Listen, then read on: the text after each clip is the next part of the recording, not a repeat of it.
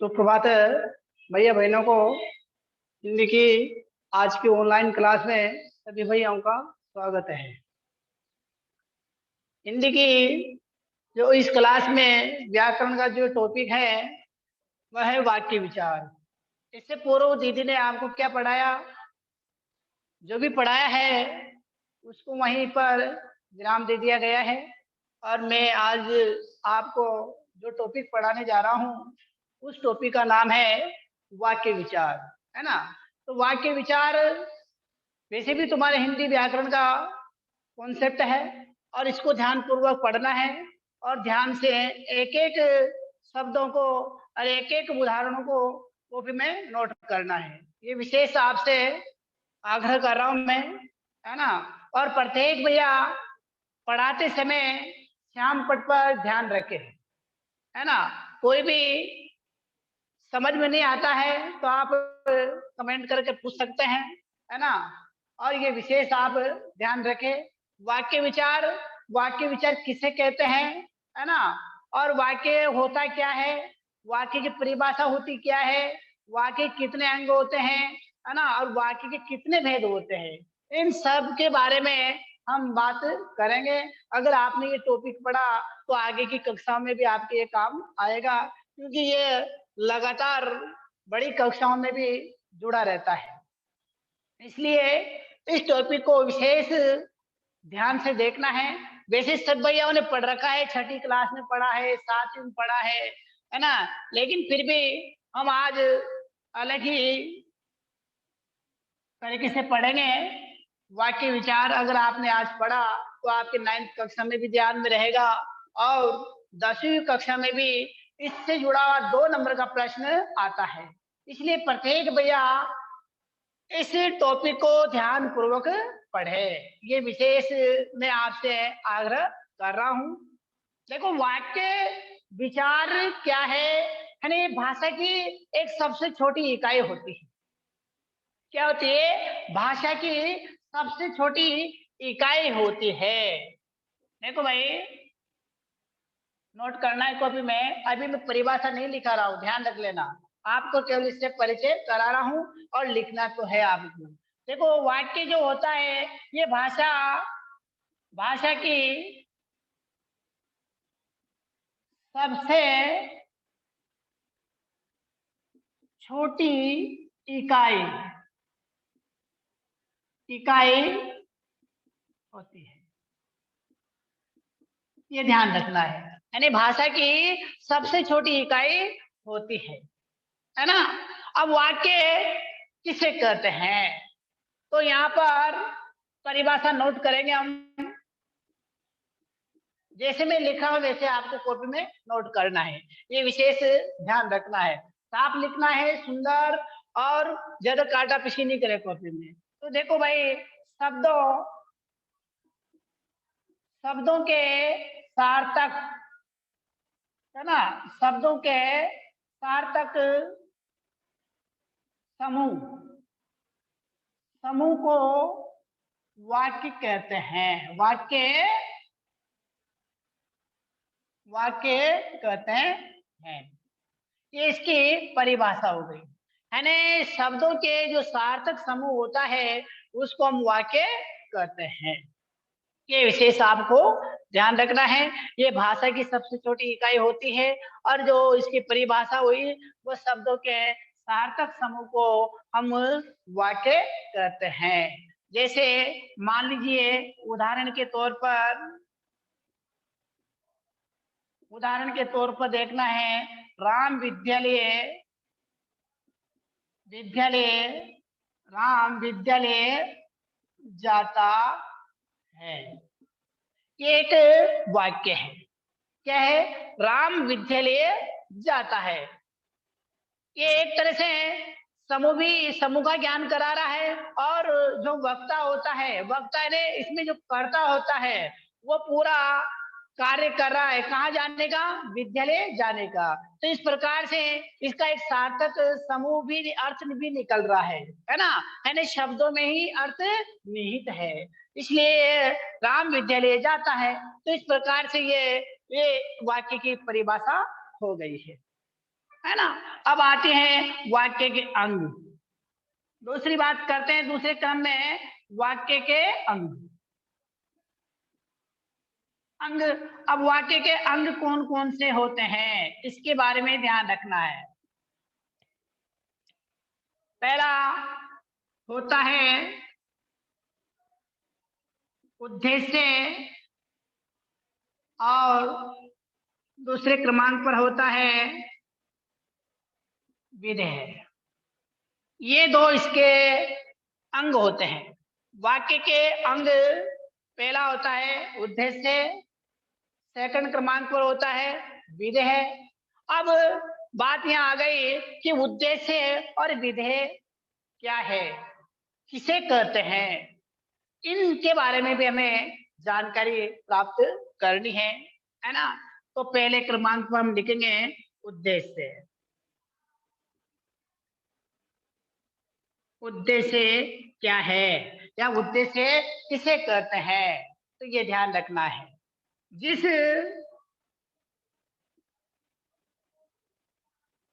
जिस कर्ता के संबंध में,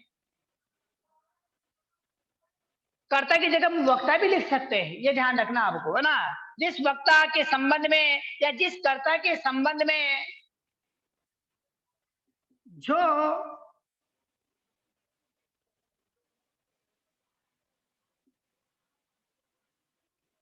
कुछ कहा जाता है, जो कुछ कहा जाता है, यानी जिस कर्ता के संबंध में जो कुछ कहा जाता है उसे उसे उद्देश्य कहते हैं। उसे क्या कहते हैं, उद्देश्य कहते हैं। यानी जिस कर्ता, कर्ता की जगह हम ओब्लिक में यहाँ लिख सकते हैं वक्ता, ध्यान रखना है, वक्ता भी लिख सकते हैं भाई, है ना, वक्ता लिख सकते हैं। जिस कर्ता के संबंध में जो कुछ भी कहा जाता है उसे हम उद्देश्य कहते हैं। जैसे मान लीजिए मैंने कहा कि दादाजी ने पूजा की, उदाहरण के तौर पर मैंने लिखा दादाजी दादाजी दादाजी ने पूजा की। ये मैंने इसका उदाहरण नोट करवा दिया आपको। यानी मैंने उदाहरण लिखा कि दादाजी ने पूजा की। अब दादाजी क्या है इसमें, करता है, क्या है इसमें, करता। अब इनके बारे में क्या कहा गया है, पूजा की। क्या की, पूजा की। तो ये कहा गया है इनके बारे में, है ना। अब कर्ता जो होगा वो क्या हो जाएगा हमारा, उद्देश्य। क्या हो जाएगा, उद्देश्य। ठीक है, ये उद्देश्य पद हो गया। क्या हो गया, उद्देश्य पद हो गया, है ना। दादाजी ने पूजा की। तो हमारी डेफिनेशन बता रही है कि जिस कर्ता के संबंध में जो कुछ भी कहा जाता है उसे हम उद्देश्य कहते हैं। तो यहाँ पर उद्देश्य पद कौन सा है, दादाजी। कौन सा है, दादाजी। अब दादाजी के बारे में क्या कहा गया है, पूजा। क्या कहा, पूजा की। ये ध्यान रखना आपको, है ना, दादाजी ने पूजा की। तो इस प्रकार से ये इसके बारे में कहा गया है। उसी प्रकार से दूसरा उदाहरण देखना, दूसरा क्रमांक का उदाहरण, दूसरा उदाहरण लिखना आप। लड़के खेल रहे हैं, खेल रहे हैं, लड़के खेल रहे हैं। ये उदाहरण हो गया। क्या कर रहे हैं लड़के, लड़के खेल रहे हैं। तो देखो भाई यहाँ कर्ता पद कौन सा है, ध्यान से देखो, लड़के। कौन सा है, लड़के। अब कार्य कर रहे हैं, कौन कर रहे हैं, लड़के कर रहे हैं। यहाँ पर लड़के कार्य कर रहे हैं, इसलिए यहाँ पर उद्देश्य पद कौन सा हो गया, लड़के। ये हमें ध्यान रखना है। हाँ, ठीक है। तो इस प्रकार से ये उद्देश्य के बारे में मैंने एक आपको जानकारी कराए, है ना। जिस कर्ता या वक्ता के संबंध में जो कुछ भी कहा जाता है उसे हम उद्देश्य पद कहते हैं। मैंने एक उदाहरण ऊपर भी लिखा है, आपको ध्यान रखना है। राम विद्यालय जाता है, अब इसमें भी देखा जाए तो राम एक कर्ता है, कर्ता का कार्य क्या है, विद्यालय जाना, ठीक है ना। अब राम यहाँ पर एक कर्ता पद है, क्या है, कर्ता पद है, तो हमारा ये उद्देश्य पद हो गया, क्या हो गया, उद्देश्य पद। तो इस प्रकार से तीनों उदाहरणों के माध्यम से हम उद्देश्य के बारे में पढ़ चुके हैं। अगला आता हमारा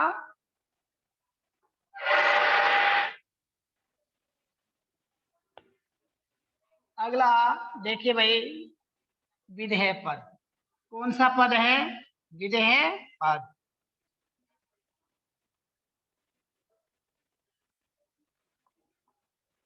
सब ध्यान से देखें और एक एक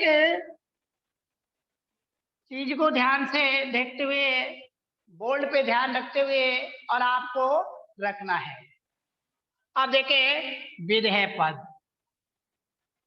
क्या आता है, विधेय पद क्या गया हमारा, विधेय पद। ये विधेय पद हो गया। अब विधेय किसे कहते हैं, यानी विधेय पद किसे कहते हैं। तो देखो भाई, इसकी डेफिनेशन है कि उद्देश्य, क्या है, उद्देश्य या कर्ता के संबंध में जो कुछ कहा जाता है, यानी उद्देश्य या जो कुछ भी कहा जाता है ना, उद्देश्य या कर्ता के संबंध में जो कुछ भी कहा जाता है उसे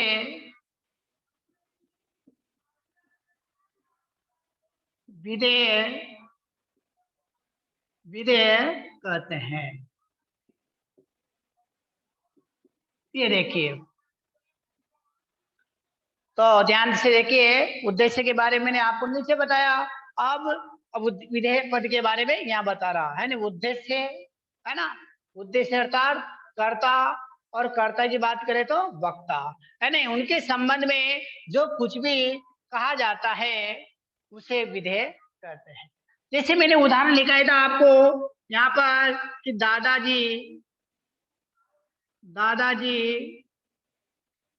ने पूजा की। दूसरा उदाहरण मैंने आपको लिखाया, लड़के खेल रहे हैं, लड़के खेल रहे हैं। अब देखिए यहाँ पर बात करते हैं, दादाजी तो हमारा क्या हो गया, उद्देश्य पद हो गया। क्या हो गया, कर्ता का काम कौन कर रहे हैं, पूजा करने का काम कौन कर रहे हैं, दादाजी कर रहे हैं। तो ये पद तो हमारा हो गया उद्देश्य पद। अब वो बता रहा है कि कर्ता है ना, कर्ता कौन है, दादाजी है। अब इनके संबंध में क्या कहा जा रहा है, पूजा की। क्या की उन्होंने, पूजा की। तो ये कौन सा पद हो जाएगा हमारा, ये पद हो जाएगा हमारा विधेय पद। क्या हो जाएगा, विधेय पद। अब विधेय को हम क्रिया भी कर सकते हैं। क्या कर सकते हैं, क्रियापद भी बता सकते हैं, है ना। दादाजी ने कौन सा कार्य किया, पूजा करने का। दादाजी ने कौन सा कार्य किया, पूजा करने का। तो ये पद कौन सा हो जाएगा, विधेय पद। उसी प्रकार से लड़के लड़के क्या कर रहे हैं। अब लड़के, एक लड़का नहीं है यहाँ पर, ये विशेष ध्यान रखना है ना। लड़के बहुवचन है, तो ये ध्यान रखना है। तो एक लड़का नहीं, एक लड़का खेल नहीं खेल रहा, बहुत से लड़के हैं, यानी लड़के खेल रहे हैं। तो लड़के क्या कर रहे हैं, खेलना, यानी खेलने का कार्य कर रहे हैं। तो ये भी हमारा कौन सा पद हो जाएगा, विधेय पद हो जाएगा। इस प्रकार से ये विधेय पद कहलाता है। अगला एक उदाहरण और भी लिखा है मैंने, राम विद्यालय जाता है। इन सब उदाहरणों को हमें नोट करना है और इनके माध्यम के द्वारा हमें सीखना है कि उद्देश्य और विधेय क्या होता है। तीसरा उदाहरण मैंने आपको नोट कराया था, राम, फर्स्ट में करवा दिया था डेफिनेशन के समय, राम विद्यालय, राम विद्यालय जाता है। अब राम विद्यालय जाता है, राम क्या करता है, विद्यालय जा रहा है, यानी कौन सा कार्य कर रहा है, विद्यालय जाने का। तो यहाँ पर राम क्या हो गया हमारा, ये उद्देश्य पद हो गया। क्या हो गया, उद्देश्य पद। उद्देश्य की बात करें तो ये कौन सा पद हो गया, कर्ता। और कर्ता की बात भी करें तो इसे हम वक्ता भी कर सकते हैं। क्या कर सकते हैं, वक्ता भी। यानी ये बोल रहा है राम राम एक कर्ता है ना। अब ये विद्यालय जाता है, क्या कर रहा है, विद्यालय जाता है। तो ये पद कौन सा हो जाएगा हमारा, विधेय पद। क्या हो जाएगा, विधेय पद। तो राम कौन सा कार्य कर रहा है, विधेय को हम कहें ये क्रियापद हो गया। क्या हो गया, ये क्रियापद हो गया। तो इस प्रकार से राम कौन सा कार्य कर रहा है, विद्यालय जाने का। तो इस प्रकार से ये विधेय पद होता है। इस प्रकार से हमने वाक्य के अंगों की बात करी, है ना। और प्रत्येक भैया को समझ में आ गया होगा। आगे बात करते हैं हम, आगे बात करेंगे अब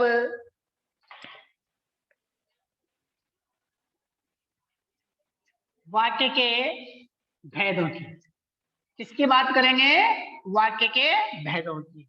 अभी तक हमने केवल वाक्य का परिचय ने इंट्रोडक्शन कर लिया, है ना। और वाक्य के जितने भी उदाहरण हैं और उसके जो अंग होते हैं वो मैंने आपको समझाए हैं। अब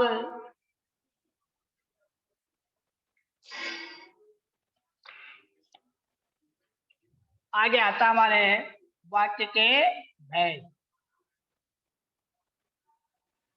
वाक्य के भेद, देखो भाई, अब वाक्य के भेद कितने होते हैं, इन सब की जानकारी हमें अब करना है। तो देखो भाई, वाक्य के भेद जो होते हैं वह दो होते हैं। कितने होते हैं, दो। पहले क्रमांक का होता है अर्थ के आधार पर, ठीक है। दूसरे क्रमांक पर होते हैं रचना के आधार पर। अब यहां बात करते हैं तो वाक्य के भेद अर्थ के आधार पर। प्रत्येक भैया को पता होगा कि अर्थ के आधार पर वाक्य के कितने भेद होते हैं और रचना के आधार पर कितने होते हैं।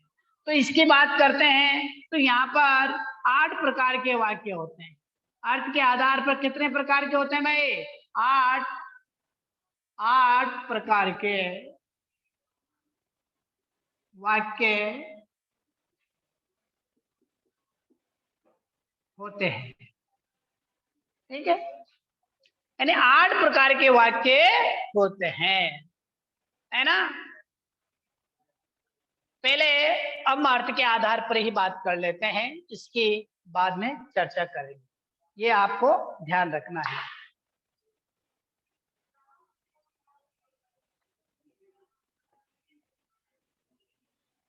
अर्थ के आधार पर बात करेंगे तो देखिए भाई, जैसे मैं बताऊंगा वैसे आपको बनाना है।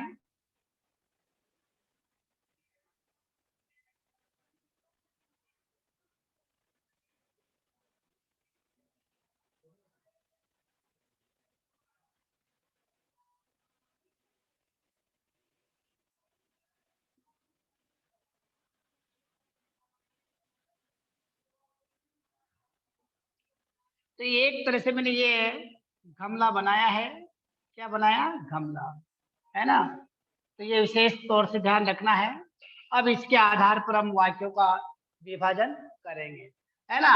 तो इसमें तो हम लिख देंगे वाक्य। क्या लिख देंगे यहाँ पर, वाक्य लिख दिया, है ना। और इसी प्रकार से हमें 8 प्रकार के वाक्य विभाजित करने हैं। जगह कम है इसलिए विशेष ध्यान रखना आपको। जैसे मैं नोट करवाऊंगा वैसे आपको नोट करना है।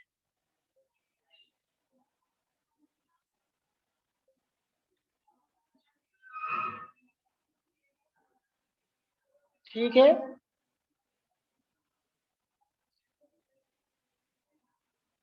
अब देखना, पहले क्रमांक का होता है हमारा विधानवाचक।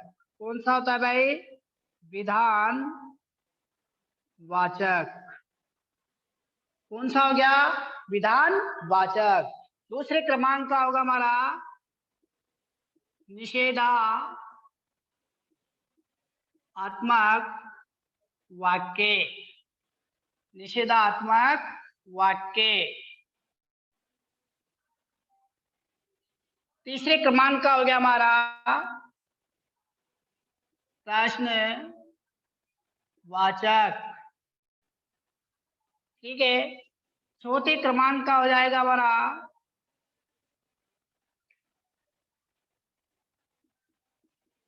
विस्मयवर्धक।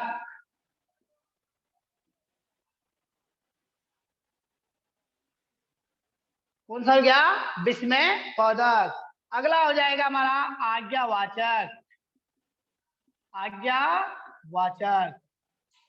और उसी क्रम में अगला हो जाएगा, अगला इच्छावाचक। कौन सा हो जाएगा? इच्छावाचक। और संबंध वाचक।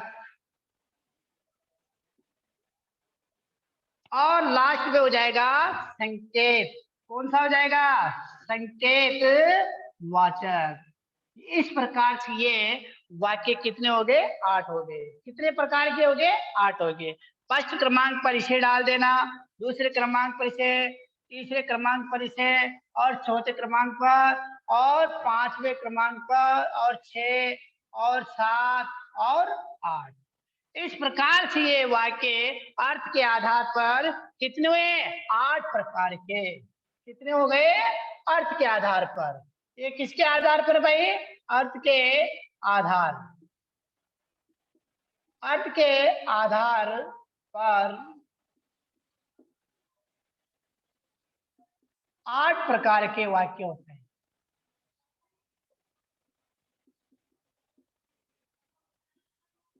ये हो गए। अभी बात करें हमने अर्थ के आधार पर। ठीक है।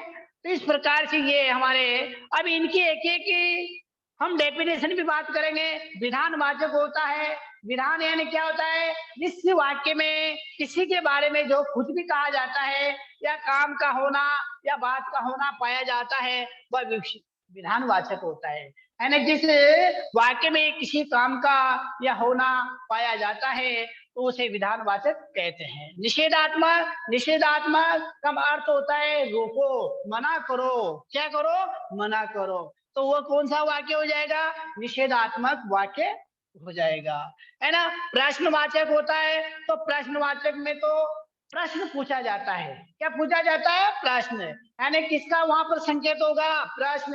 यानी वहां पर प्रश्न का संकेत हो जाएगा, प्रश्न का चिन्ह लग जाएगा कि मोहन क्या कर रहा है, या कि वहां पर कौन है। तो अब कौन आ गया, तो कौन किसका बोध करा रहा है? प्रश्नवाचक का। तो वो क्या हो जाएगा? प्रश्नवाचक वाक्य हो जाएगा। विस्मयादिबोधक, विस्मयादिबोधक, विस्मयादिबोधक का चिन्ह लगेगा उसके वाक्य के अंत में, और किसी का भी वह बोध करवाएगा।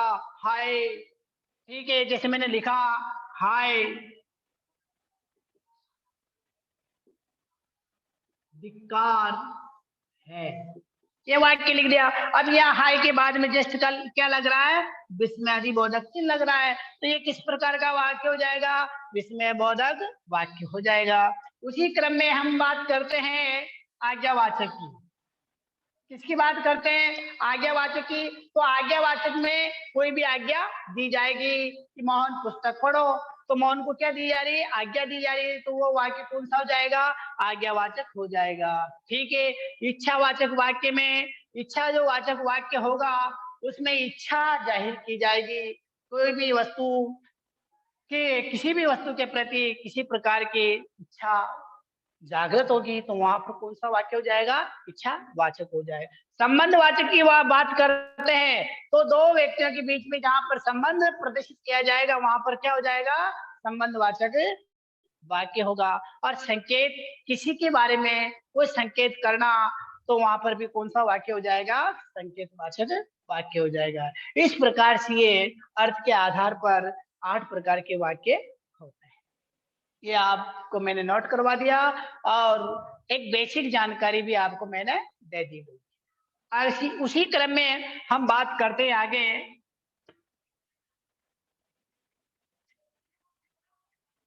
उसी क्रम में हम अगली बात करेंगे रचना के आधार पर। किसके आधार पर? रचना के आधार।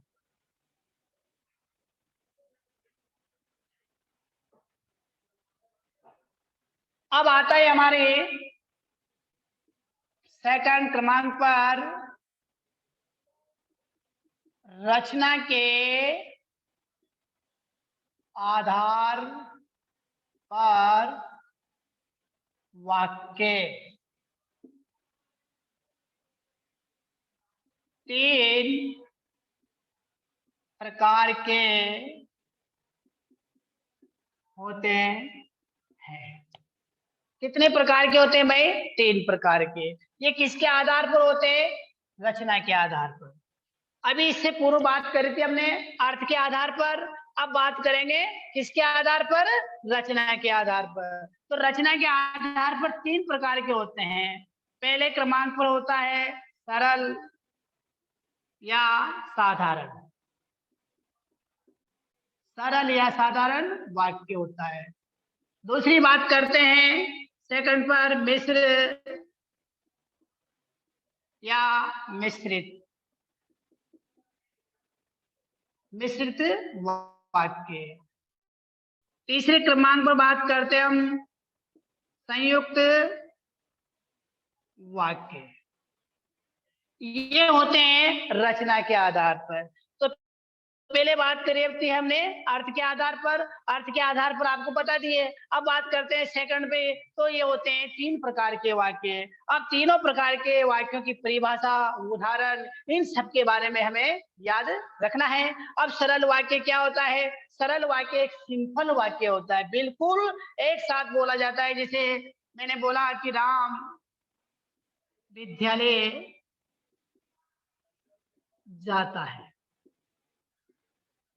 अब एक और ध्यान रखना है, सरल वाक्य में एक तो होता है उद्देश्य पद होता है और एक होता है विधेय पद होता है। यानी जिस वाक्य में एक उद्देश्य और एक विधेय पद होता है उसी को हम क्या कहते हैं? सरल और साधारण वाक्य कहते हैं। अब देखो यहाँ पर राम विद्यालय जाता है, मैंने उदाहरण के तौर पे बताया।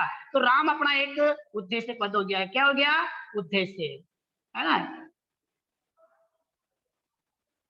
कौन सा पद हो गया? उद्देश्य पद हो गया। उसी प्रकार से विद्यालय जाता है, तो ये कौन सा हो गया? हमारा विधेय पद हो गया। तो इसकी डेफिनेशन कैसे बनाएंगे कि जिस वाक्य में एक उद्देश्य और एक विधेय पद हो उसे हम सरल या साधारण वाक्य कह सकते हैं। तो इस प्रकार से ये सरल साधारण वाक्य की परिभाषा हो गई। उसी प्रकार से बात करेंगे मिश्र वाक्य की और संयुक्त वाक्य की। तो इस प्रकार से हमने अभी रचना के आधार पर वाक्य पढ़ा है ना। और इन दोनों में तो देखो, दोनों में कुछ समुच्चय बोधक अव्यय भी रहते हैं। इसमें होता है एक, क्या होता है? प्रधान वाक्य होता है। इसमें क्या होता है? प्रधान वाक्य होता है ना। अभी आपको बेसिक तौर से समझाऊंगा, कल लिखवाऊंगा फिर आगे कक्षा में। प्रधान वाक्य और उसी पर आश्रित वाक्य होते हैं। क्या होते हैं? आश्रित, है ना। आश्रित वाक्य होते हैं। ठीक है, बीच में कुछ समुच्चय बोधक अव्यय रहते हैं, है ना। तो इस प्रकार से ये 2 वाक्यों के बारे में मैंने आपको बताया है और प्रत्येक भैया को समझ में भी आ गया होगा। और ये विशेष हमें ध्यान रखना है, अर्थ के आधार पर 8 प्रकार के होते हैं, रचना के आधार पर 3 प्रकार के होते हैं। सरल साधारण वाक्य किसे कहते हैं? मिश्र और मिश्रित वाक्य किसे कहते हैं? संयुक्त वाक्य किसे कहते हैं? तो इस प्रकार से आपको ध्यान रखना है। सब भैयाओं ने ध्यानपूर्वक मेरी क्लास को देखा और सुना। ये समझ में आ गया होगा और मुझे भी पूर्ण विश्वास है। धन्यवाद।